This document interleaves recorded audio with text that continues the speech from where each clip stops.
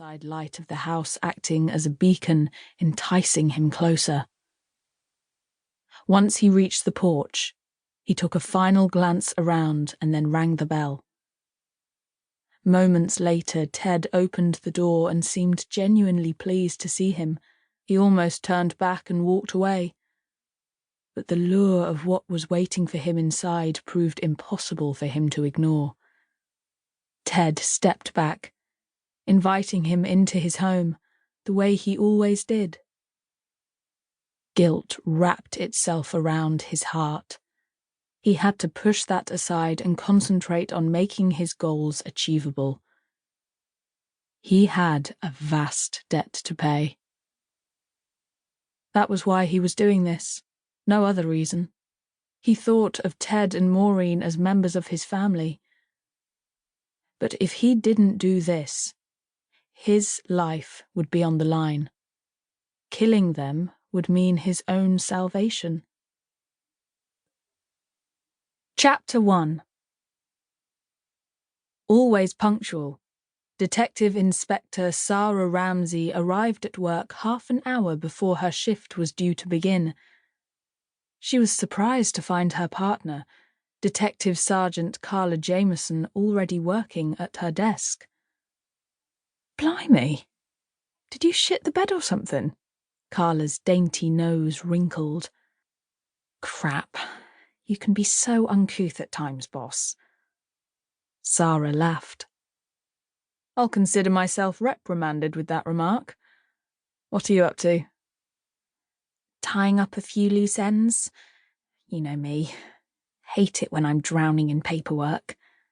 Makes it hard to concentrate when another case drops on my desk." "I admire your conscientiousness. Wish everyone on the team possessed the same work ethic. Sadly, that's not the case. Anything on the wires overnight?" Sara asked on her way to the vending machine. She returned with 2 cups of coffee and placed one on the desk next to Carla. "Thanks. All quiet as far as I can tell. Mind you, I last viewed the computer an hour ago. A mass murderer could have struck in that time." Sara shook her head and tutted. "Hardly. Not on our patch. Nothing that gritty happens in sleepy Hertfordshire, in case you hadn't noticed." Carla's eyebrows rose. "I think you're forgetting the masked hold-up at the bank we had recently, plus the incident concerning the man who deliberately ran down his wife because she was seeking a divorce." She raised her hands in defeat. "All right. Maybe those couple of incidents slipped my mind. Anyway, an hour, you said. What time did you get here this morning? Around 7? Andrew had a meeting in London and needed to get on the road by 6. You know what I'm like. Once I'm awake, that's it for the day. Thought I'd be better off coming in early." "What was the alternative?" Carla shrugged. "An early morning run or tidying up the house. Neither of which appealed to me at 6 this morning. The only other option left open to me was to start work early." She took a sip from her coffee and pulled a face. "Crap. You forgot the sugar." She opened the drawer beside her and withdrew a packet of granulated sugar and a teaspoon. "No, I didn't. I ordered 1 sugar as usual." Sara objected adamantly. "The damn machine must have run out again. I keep telling Will and Barry to stop filling their coffee with 5 sugars. Selfish shits."